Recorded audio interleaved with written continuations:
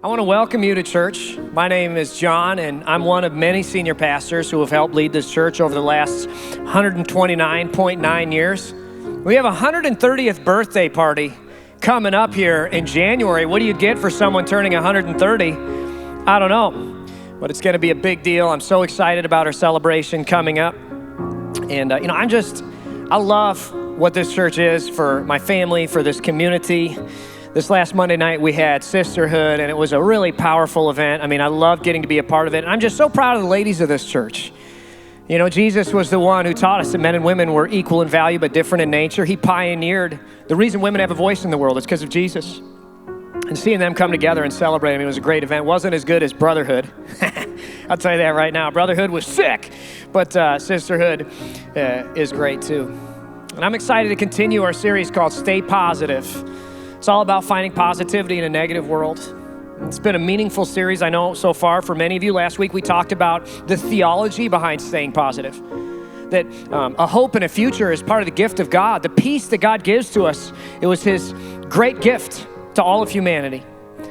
We always have hope in every circumstance. I want to continue that discussion today. This is definitely very much a part two. And this is one of those messages that I think can change some of your lives. You're going to want to lean into it. It's a good message. Today's message is titled, War and Peace. Learning the truth behind that phrase will give you the power to stay positive. Last week I told you, as Christians, our inheritance is positivity. We have hope in every circumstance, it's good. But this week I want to teach you how to do it, specifically, uniquely, precisely, how to stay positive. So I'm excited, but I want to start with a story about my brother.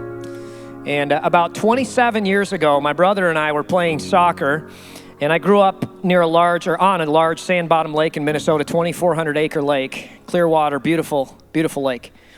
And right next to our house, literally right next to our house, was this beautiful beachside park called Chautauqua Park. And one evening, Enoch and I were playing soccer. My brother's name is Enoch. And a lot of you guys are like, that's a weird name, and it is. And my brother was named Enoch, their firstborn, and then my parents thought for our secondborn son, let's name him John. You know what I mean? And it's like, okay, you know what I mean? So everybody thinks we're from different families, because, why would you? Anyway, John and Enoch sounds normal to me, but everybody's like, wait, what? And anyway, my brother's 2 years older, and he is an actual phenom at everything that he does. And people say that, but he is actually an extraordinary human. He's an incredible athlete.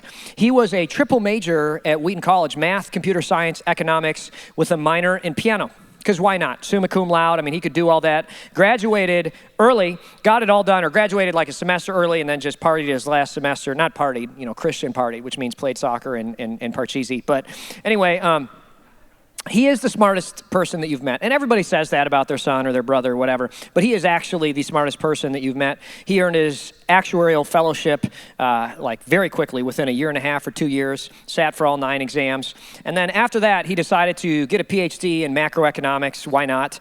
Worked at the Minneapolis Fed with Coach Lakota, rose up the ranks there, and then thought, you know what, I'll just be a professor of economics at my alma mater, because that's what I want to do. So he's a professor of economics at Wheaton College. And one day, we're playing soccer in this park, and it was half court. And if you guys know the rules of half court, you get the ball and you got to take it back, to the center line, turn around, and then go towards your own goals, half court. And he was just dominating me. And a little brother gets tired of getting smoked by big brother your whole life, but congratulations, you were born second, you know what I mean?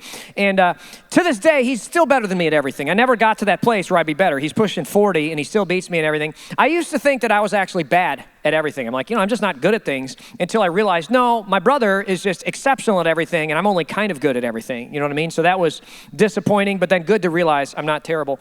But anyway, I'm playing this game, and I reached this place where I realized I'm just not going to win. You know what I mean? Like, I'm not going to win at all. So I decide to pick a different strategy and troll him. I'm just going to troll him super hard. So every time he would score, not every time, I waited till he's like 5 points ahead. But then he scores a goal, and I go, whoop, this just in. Team Enoch did not step across the center line, so that was an own goal when he took it back. That was an own goal. That's actually my point. Upon further review, the refs have just told me that all 5 of Enoch's goals were actually Team John goals. So instead of being 5-0, it's now 0-5. And Enoch's like, no, I did too go across. I'm like, I'm sorry, Enoch, don't shoot the messenger. The refs have spoken. That's the rules, that's what it is. And so he did. He's like, all right, well, I better come back then, right? Because he's a rule follower or whatever. And so then the next goal, he's about to kick it in the goal. again, he's going to score on me, gets around me, but I get my foot in there and I kick it in my own goal. You know what I mean? I get in my own goal. And I was like, Team John does it again. You know, he's on fire while Team Enoch is choking. You know, never has MLS soccer seen a team like this. He's like the Minnesota Vikings. You know, I mean, it's just unbelievable. And my brother gets so mad, he starts crying. And he quits, right? And so I'm pretending to be the announcer. I'm like, Team Enoch is so emotionally weak and of such poor fortitude that he's quitting. What a whip! Never in Major League Soccer has there been such a horrible example. Can you believe Team Enoch? What a loser! Right, I'm just letting him have it. Keep in mind, I was not a Christian yet, okay? I was not saved. Hope everybody knows that. But in my mind, what I was doing, this is so bad.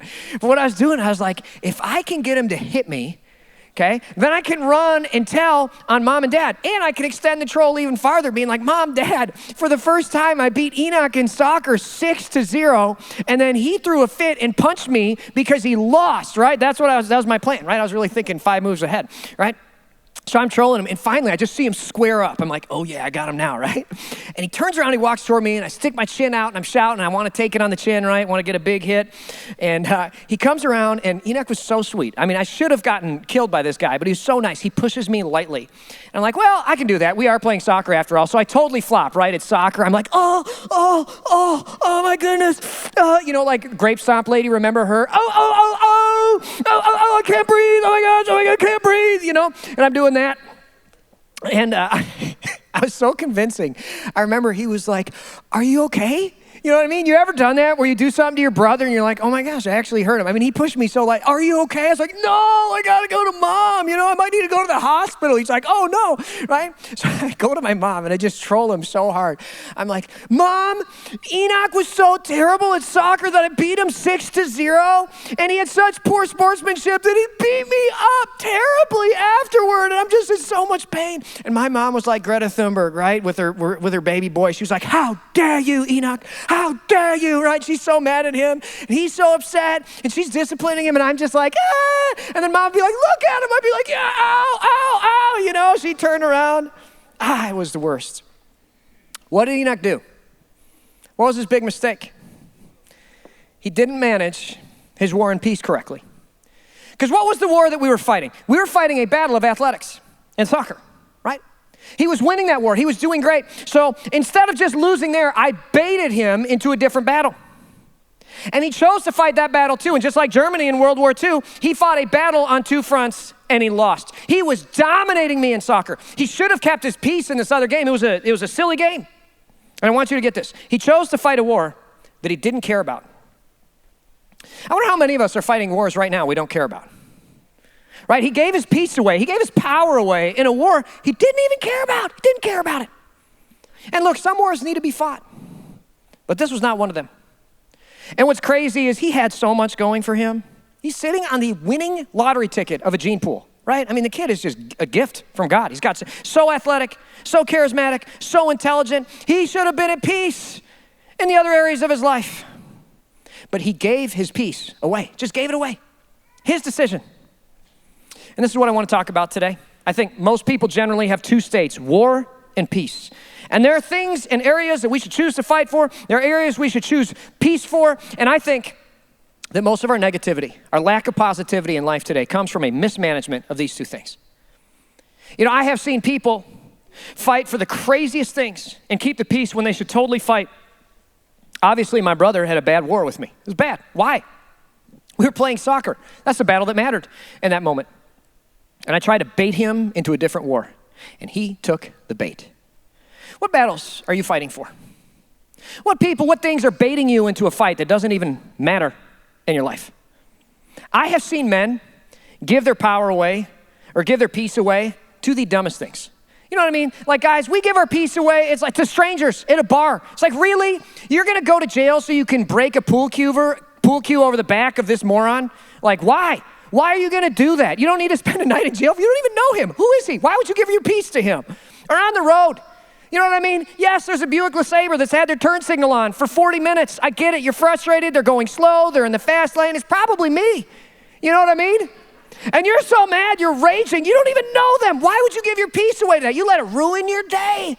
My favorite It's some 35-year-old losing their mind at a 12-year-old in Fortnite. It's a cartoon. You know what I mean? Like the game is a literal cartoon. You're going to give your peace away, just flaming them in your mom's basement. It's like, you know what? There's other battles that you need to fight. Men will fight the most worthless battle, but then we'll keep the peace over the worst things. We'll sit there on the couch trying to pretend like the worst things aren't happening. Our sons and daughters will be sexually traumatized at 12 years old on their phone. And rather than confronting it, rather than having a conversation, we'll pretend like it isn't even happening. We'll just ignore it. Keep the peace. We should go to war for our children. Women go to war over silly things as well. Silly things. Women will go to war with their husbands about crumbs on the counter. Crumbs on the counter, right? And it's like, really? I mean, come on, he's not that bad. You know what? He changed his underwear 3 days ago. I think he's all right. You know, we can let it go. That ship sailed. But then when it comes to women's sons, their son will be the worst person on earth, and the mom will be like, Hercules, he's just so handsome. I just love him so. And it's like, stop. Why? Why would you ever treat your husband worse than your son? Your son is like a locust. He just comes and he eats all the corn until it's gone, and then he leaves you. Your husband makes the corn. Like, what is wrong? Why would somebody ever choose a child over their spouse? But this is what we do. Today I want to talk about war and peace. I want us to learn two phrases. First phrase, I'm going to keep the peace. I'm going to keep the peace. It's not a battle I want to fight. I'm not going to give my peace away to that. I'm going to keep the peace. Or, this is a war, keyword, worth fighting. See, so many of us, we go to war here, we go to war there, we go to battle. No, how dare you? We square up, we're the keyboard warrior, all these things, angry, whatever. And it's like, wait, what about the evaluation step? I mean, if we could learn to say, this is a war worth fighting, I'm not going to fight unless it's worth fighting, how different would our life be? My favorite biblical example is this dude named Nehemiah. He was a well-connected man, connected to the king. He knew when to fight, when to keep the peace. I love his story. He's working for the king closely, and he hears some news that his hometown, Jerusalem, is struggling, right? And he hasn't been to Jerusalem. He hears that it's messed up. It's struggling, and it says in Nehemiah 1 verse 4, when I heard this, I sat down and wept. In fact, for days I mourned and fasted and prayed to the God of heaven. He says, look, this is a battle worth fighting. What is he doing? He's evaluating, he's praying, he's fasting. Is this a battle that I need to fight? And ultimately, he determines yes. Now, I want to be clear. Last week, I failed in my sermon. Christians, to communicate this in my sermon, Christians can be down. It's okay to grieve about something. It's okay to be sad. Losing hope, not okay. It's a denial of God's promises. Okay? But mourning something, grieving something, looking at something, saying, I'm not okay with that, that's okay. Nehemiah's down. He recognizes there's a big problem. He also recognizes that this dishonors God and he can fix it. So he chooses to fight and rebuild a broken city, goes to his king. He says, hey, I want to rebuild Jerusalem. King's like, wow, that's awesome. I was hoping someone would step up to the plate and do that. I'll pay for it. So the king literally gives him a letter, stamps it, says, Nehemiah has my permission and my gold to rebuild the city. Kind of cool. So he goes to rebuild the city. The problem is there's a city next to Jerusalem that has really profited from Jerusalem being destroyed. All the business that went to Jerusalem is now diverted into this neighboring city. They don't want Jerusalem rebuilt because then they'll lose some of their business. And some of the leaders of that city were these guys named Sanballat, Tobiah, and Geshem the Arab. And when they heard of our plan, they scoffed contemptuously. They'll never be able to do the worst or never. Do you have anybody in your life that scoffs contemptuously at you? You know what I'm talking about. You just are so backward. You don't know anything about anything. What are you doing? Are you rebelling against the king? They asked. Are you rebelling? And this is preposterous. They literally are rebuilding the city with the king's gold. They have a letter from the king. But what he's trying to do is bait Nehemiah into the wrong fight. He's making an accusation because Sanballat realizes he already lost the main battle. So he starts trying to bait, just like me with my brother in soccer, right? What is he doing? He's like, man, I'm losing this game, but I'm going to bait him into another game to see if I can get him to give me his peace. I'm going to take his peace away. I'm going to get him to give it to me. But Nehemiah was not like my brother. Nehemiah says, you know what? I'm going to keep the peace here because I'm fighting a battle over there. And I don't want to fight a war on two fronts. He's smart. He's fighting a battle on his terms. He's fighting for what he actually cares about. So they get worse. Sanballat amps it up, as people often do. It says, Sanballat was very angry when he learned that we were rebuilding the wall. He flew into a rage and mocked the Jews, saying in front of his friends and the Samaritan officers, what does this bunch of poor, feeble Jews think that they're doing? Do they think that they can build the wall in a single day by just offering a few sacrifices? Oh, now they're mocking the religion. Do you actually think that they can make something of stones from a rubbish heap and charred ones at that? It's just playground insults. Sounds like a presidential debate. They're just sitting there making fun of religion, going after each other, saying it'll never work. Do you have anybody like this in your life? What are they doing? They're baiting you to give up your peace. They're baiting you to give your peace away. What they're really doing, they're trying to get Nehemiah to fight a different battle. But Nehemiah stays focused on what matters. He says, I'm going to fight this war because it's worth fighting, and I'm not going to fight that war. I'm going to keep my peace, right? He uses our two key phrases. Well, eventually, they try a different strategy because this one isn't working, right? And they're still trying to get in there. So then they try to act like the adults in the room. You know, the adults are back. And they say this. So Sanballat and Geshem sent a message asking to meet civilly in one of the villages on the plain of Ono. But I realized they were plotting to harm me, so I replied by sending this message to them. And this message is really good, okay? This is a really good verse. They say, I am engaged in a great work, so I can't come. Why should I stop working to come meet with you? Who is Nehemiah speaking to? Well, he's speaking to Sanballat, but Sanballat doesn't believe this is a great work. Who is Nehemiah really speaking to? Himself. He's preaching to himself. He's saying, I'm doing a great work. I'm not going to take the bait. I'm fighting for what really matters. I'm not going to stop the most important work. I am not going to take your bait, right? I'm going to keep my peace. He's preaching to himself. He's reminding himself of what matters most. I think a lot of us, a lot of times, need to remind ourselves of what matters most. So Sanballat sends this letter to him 4 times. 4 times, same reply. The 5th time, Sanballat's servant came with an open letter in his hand. Now this is dirty. You ever have anyone write an open letter to you? I have before. I've had people write open letters about me, and it's frustrating. They go to the public forum of Facebook, Hebron Chatter, right? Demont Unofficial and Original. They go to Twitter and they tweet about you. It's a little frustrating. It's manipulative. They misrepresent. Nasty, right? It says, there is a rumor among surrounding nations. I love it when people come to me and they say, Pastor, I've heard a lot of people say whatever. I'm always shocked when a lot of people is more than one person. You know, two is shocking for a lot of people. Everybody always says. I've heard a lot of people. And Geshem, his literal best friend, tells me it's true that you and the Jews are planning to rebel. You're planning an insurrection. And that's why you're building that wall. According to his reports, you plan to be the king. You're undermining election integrity, right? It's amazing how relevant the Bible is. It's just shocking. He also reports that you have appointed prophets in Jerusalem to proclaim about you. Look, there's a king in Judah. You're a communist, a socialist, a fascist. Look, there's a king in Judah. You can be very sure that I'm going to tell mom that this report is going to get back to the king. So I suggest that you come talk it over with me. I love the word of God. It is so fascinating. The book of Nehemiah is awesome. I just love this. I find it convicting. Because, you know, a lot of us, we frame ourselves as Nehemiah, but how often have I been Sanballat and Tobiah? I mean, obviously, the story about my brother, you all know at least once. I'll tell you what, the answer is more than that. And this is exactly what I did to Enoch, isn't it? Baiting him to fight me over and over and over again until he took a swing. How many of you have done that? You're just getting baited over and over and over again until you take a swing. And this is what we do. This is what my brother did. He lost the war that really mattered because he fought a war that didn't matter. I wonder how many times in your life you have lost the war that really mattered because you fought a war that didn't matter. Oh yeah, you won the argument and you lost the marriage. Congratulations. Oh yeah, you made a point to your daughter and you lost your heart forever. Way to go. Oh yeah, you won the lawsuit, you just went out of business. Congrats. Is that what you wanted? Right, and this is what we do in life, isn't it? We lose sight. It's what my brother did.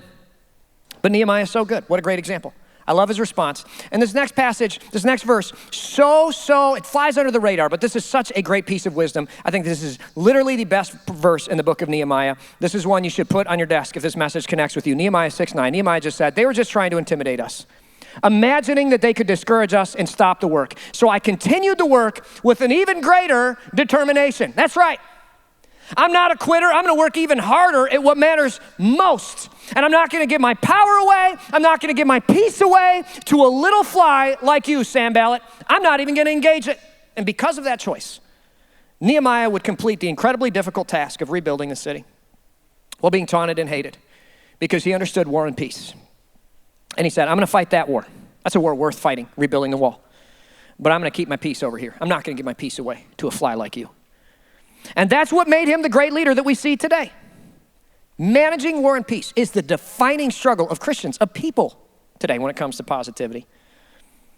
So that begs the question, how are you doing at managing your war and peace? I believe that most people's struggle with positivity is rooted in fighting battles that you don't care about and keeping the peace for things that you really need to get up off the couch and fight for. Now, I think by and large, most of us today fight too many battles. There are some exceptions to that, but what I want to do for the rest of this message, I want to talk about 4 battles we should keep the peace in. And then I want to end giving you a formula to pick the right battles so you know when to fight and when to keep the peace. Should be very useful. Let's start with 4 places where we ought to keep the peace. And the first one's pretty simple. We should keep the peace with things we can't control. Nehemiah could control what happened in Jerusalem. He had the connections with the king. He was able to rebuild the city. That's a battle worth fighting because he had some control over it. Did Nehemiah have control over Sanballat's heart? No, he didn't. He couldn't change Sanballat. Sanballat had already written the story before they ever talked. The story was already written. The man lived in an echo chamber. Anyone who disagreed with him was a bad guy, an evil guy, the worst, the most terrible. We give up our peace to things we can't control all the time. And I see this especially politically. And look, don't get me wrong. It's okay to try and make a difference, but once you've made your effort, had your conversations, made your donations, attended your rallies, cast your vote, it's done. It's done. I release it. I'm done. I'm not going to give away my peace. I have a great life. Who are some people? What are some things in your life that you can't control that you regularly give your peace to all the time in your mind? You just give it away. It's wrecking your life. You're fighting this war. Here's a second one. The second one's a big one. This is the one I struggle with, is false narratives that we create. Don't give your peace to that. I struggle intensely with this. The root of my anxiety is false narratives that I create that aren't even real. These are the things I say to myself, okay? I'm not gonna have enough time. I'm not gonna have enough time. I'm overwhelmed. I've been saying that for years. Is it true? I don't know. Seem to always get it done. Now, I have 6 bosses that I love. Some of them are in this room, and I wanna be clear. This isn't true. I just say this in my mind, but my boss is asking too much of me. Too much, right? They don't. I just say that in my mind. How can I write another sermon? I've got nothing left. I'm working too many hours. It's all falling apart. Is the church falling apart? No, it's fine. But that's how I feel in my head, right? I have nothing left to give. Oh, I've been saying that one for years. It's amazing how much I have to give after I say and feel like I have nothing left to give. What are these? These are things I say to myself, false narratives I create. And what I do, and this is crazy, I know, but your pastor's a little crazy sometimes, is I will fight a war in my brain against a narrative that isn't real. Dumb. I have a DVR in my brain, and what I like to do is just rewind and then replay and edit a little bit, and I will make up these crazy conversations that have never even happened, and I've got great responses to things people never even said. Yeah. I'll sit awake at night just worrying about this stuff, thinking about, I'll think up scenarios, checking out a Strack and Van Til. It's not Tyson's anymore. Checking out a Strack and Van Til, and somebody will give me a look, and I'll be like, oh, man, they want to murder me. That's what they want to do. Did you see that look that they have? And then it's a whole scenario about this person, and it's probably just their face. You know what I mean? That's just the face. It's just the face that they have. I have a similar face. People ask me all the time, are you upset? And I go, no, it's just these big Japanese eyebrows. I get it. I'm like Bert, they go there, and it's not that I'm mad. It's just they're here, and I'm not trying to. It's a lot of work moving these things around, keeping this face smiley for you. I'm just going to let it be what it's going to be, And what we do is we make up these scenarios. We get lost in our head, overthinking, overanalyzing. I wonder how many people today are overanalyzers. And what you're doing is you're giving your peace away to a false narrative in your brain. Right? How much of your life have you missed out on? Your kids, your marriage, your activities, fighting a battle in your brain. I do this is what I struggle with. So many times I've constructed a false narrative rooted in feelings, which are not facts, and it's taken all my peace. That's not true. I have voluntarily given it my peace, right? Years ago, there was a family that I knew, and some of them were mad at me. I want to be clear, some is not all. I told myself that all of them were mad at me. There's a big difference between those two things, And I gave my peace to that narrative. Everybody's mad at me. They're all going to get me. I'm sitting up at night thinking about, they're all mad at me. I'm such a screw up.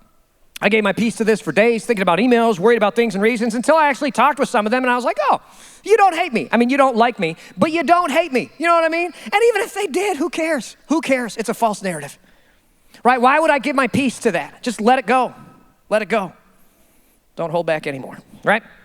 That's not the words of the song. I was trying to think of it. I've heard it like 1,000 times. Whatever. Insert Frozen here, okay? The third thing that we're supposed to not give our power away to is things that don't matter. This is the most common one. This was Enoch's mistake. The fact that I, his flea of a little brother, was making stuff up, and he gave away his peace to nothing. Why? Just keep the peace. Just keep the peace. He was a great boy doing great things. I love what Nehemiah said. This is what Enoch should have said. They were just trying to intimidate us. That's what I was trying to do. Imagining that they could discourage us and stop the work. So I continued to work with even greater determination. My brother should have crushed me in soccer. He should have just ignored what I said and kept running up the score over and over again. He should have obliterated me and crushed my spirit in that game. He could have. It was all within his power and purview, but he made the mistake of giving me his peace in an area he shouldn't have, and he lost it all. I wonder what things in your life you're giving your peace to that don't even matter, Why would we do that? The last one is don't give your peace away most of the time. Fighting everything all at once is not super effective. You know, we should pick our battles carefully. And you know, people like everything all the time, just correcting, tweaking all the time. It's like, you can't do anything without you correcting me. It's like, please, like honestly, I get that I'm work in progress, honey, but I'm just one man. You know what I mean? I'm just one man, please, baby, please. You know, but it's always this, that, no. You got to pick your battles, right? When you try to fight everybody all the time, you're not going to be super effective. In fact, you're going to feel miserable. You're going to feel miserable, victimized, angry at everyone. And when you post at Facebook, everybody's dumb and this place is awful and taking a huge step backwards and whatever it is you want to post, sometimes that's nice, but that's a battle for everybody's heart all at once, all at the same time that you're friends with. Probably not going to be super effective. What would be much more effective? Engaging one person in direct communication, right? Battling everything all at once is a recipe for a miserable life because you're not going to be super effective. And it turns out that losing is not fun. You know what I mean? Like it's not when you're losing all these arguments all the time. We give up peace for these 4 things. Things we can't control, false narratives we create, things that don't matter, and most of the time. And when you encounter things like this, I want you to learn to say our key phrase today. I'm gonna keep the peace. I'm gonna keep the peace. Some of you, it's not all these. Some of you, it's just like me inside your head. Like that's the one I deal with. Like inside my head, narratives, false narratives I create. Like I got to keep the peace there. I can't do that anymore. I don't want to be 40 and still feel like I feel at 37. Like I got to deal with this. I'm going to keep the peace. I'm going to keep the peace. Now the question many of you are probably asking is how do we know what battles to fight? How do we know what battles to fight? And to answer that, I have a 3-question formula. You ask yourself 3 questions and decide if, going through these questions, is this a battle worth fighting? The first one is, does this make peace with God? What blows my mind is that many of us are far more worried about what people think of us than what God thinks of us. You know what I mean? Like I think we ought to be worried about what God, when I say this phrase, something doesn't come from nothing, and the second part, intelligent design doesn't come from no intelligence. I think a lot of us ought to like sit down and think for a second, wow. Even if you're not a Christian, I'm going to stand before the God of the universe at the end of this life, the God who made it all. Like that's something that should keep us a little concerned, like the fact that we will meet God. I read the Bible through about once a year, and it's interesting. Several times in the Bible, people get a glimpse of God. You know what their response is? Every time. They fall to their faces in fear and trembling, saying, woe unto me. I'm going to die, in other words. And what they're praying for every time, it's always the same thing, peace with God. God, just give me peace. Praying that God will not obliterate them.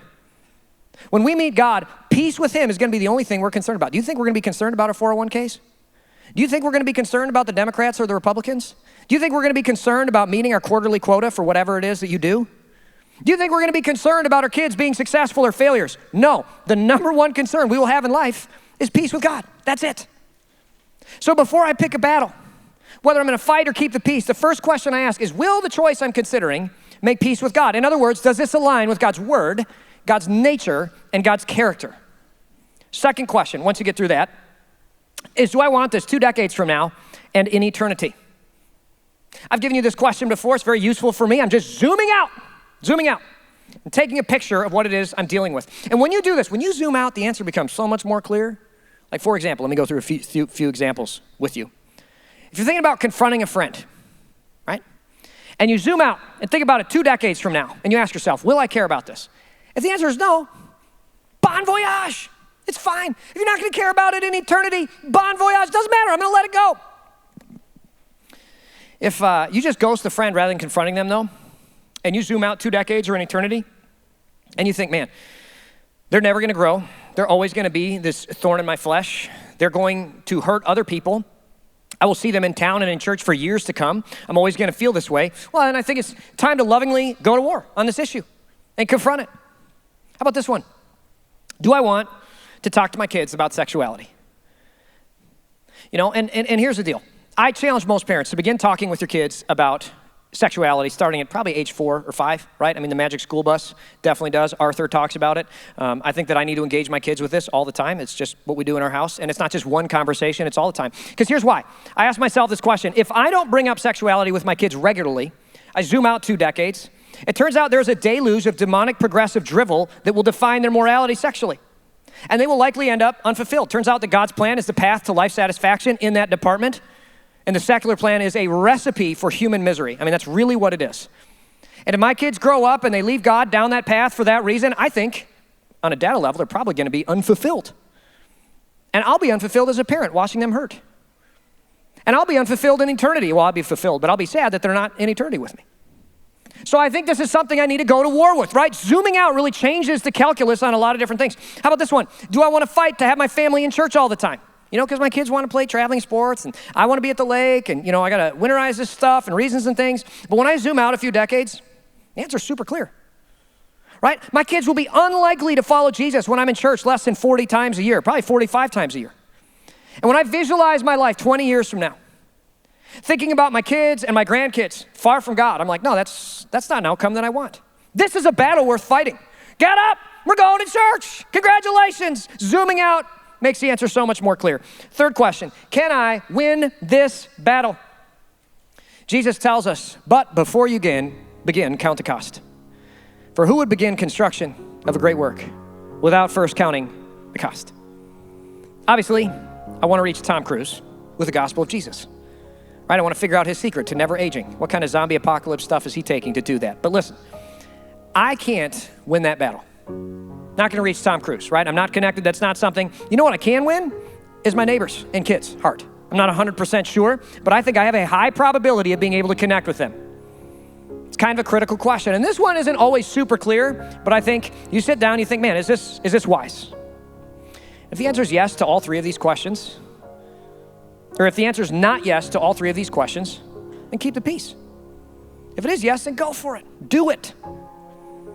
And here's the truth about my personality, okay? I have a deep-seated compulsion to keep the peace. I'm a confrontational guy because I confront to make peace. I hate having people mad at me. Okay, do not like it. Can't sleep about it, like very anxious. Some people it doesn't bother you. Me, the thought of not pleasing people is really hard. I struggle with people pleasing, right? And if you've noticed, maybe you haven't, but over the last 4 years, I know that I've gotten a little gun shy. I didn't realize it until recently, but I love our children. I care about the next generation. And this summer and fall, I've started really making big investments in our next gen programs, our student ministry. And, you know, went to a week of camp and been attending youth group, you know, every once in a while. And I just realized that our students are carrying burdens I didn't realize that they were because of a crazy anti-science set of lies that they're being taught in schools and in life. And I realized I've been afraid to fight for them. I just sat on the sidelines and I kept the peace. It had been about 4 years since I've talked about what I've talked about during our Hot Take series, especially 2 weeks ago. And what I did was I went through this formula. I thought, man, I am not making peace with God. I'm worried about people. I'm not worried about him. Will I care about this in future decades and in eternity? Yes. And can we win? I'm not 100% sure, but I believe that in Christ I can. So I'm doing it. So we did our Hot Take series. What are you doing with your war and peace? I really want you to think about your life right now. What are you battling? What are the things that you're keeping the peace with that maybe you need to get off the bench and you need to confront? What are the things that you're making a war for that, you know what, you don't really care about? The biggest reason so many people are not positive is because we're not managing our war and peace. Don't lose a war that really matters because you're fighting a war that doesn't matter. Or don't lose a war that really matters because you're keeping peace when you need to fight. I've got 2 questions and 2 challenges as we close. And even if you're not a Christian, I think these are going to be helpful for you. I think that in Christ, these are going to be far better. But they're on your blue cards. There's a QR code that you can scan with your camera app, and the robot of your phone will take you to these questions. But first question, what battles are you fighting that you don't need to be fighting anymore? And I just love for us to spend a few moments like really brainstorming, man, what are some areas of my life? Like I really want to make a list, 5 things. Like here's some battles I just need to give to the Lord. I'm not going to give my peace away. I don't need to do this. I don't want to feel this way anymore. What battles do you need to be fighting? Specifically, I'm imagining some patriarchs and matriarchs looking at their families, looking at their kids, looking at their grandkids saying, here's some things I actually need to go to war for. Like I need a battle for this. My family's worth fighting for. And then 2 challenges. Think of one battle you need to start fighting this week and do it. Just one. There might be 10 you think of, but I'm asking you to pick, in the name of Jesus, 1. And then what is one place you need to make peace with this week? Hey, you know what? I'm sorry that I've been battling for this area. Like, would you forgive me? I shouldn't have lost my mind in this area, and this is the thing I need to let go, trust God, and I'm going to keep the peace here. I'm excited to see God bring joy to our lives as we begin to manage our war and peace.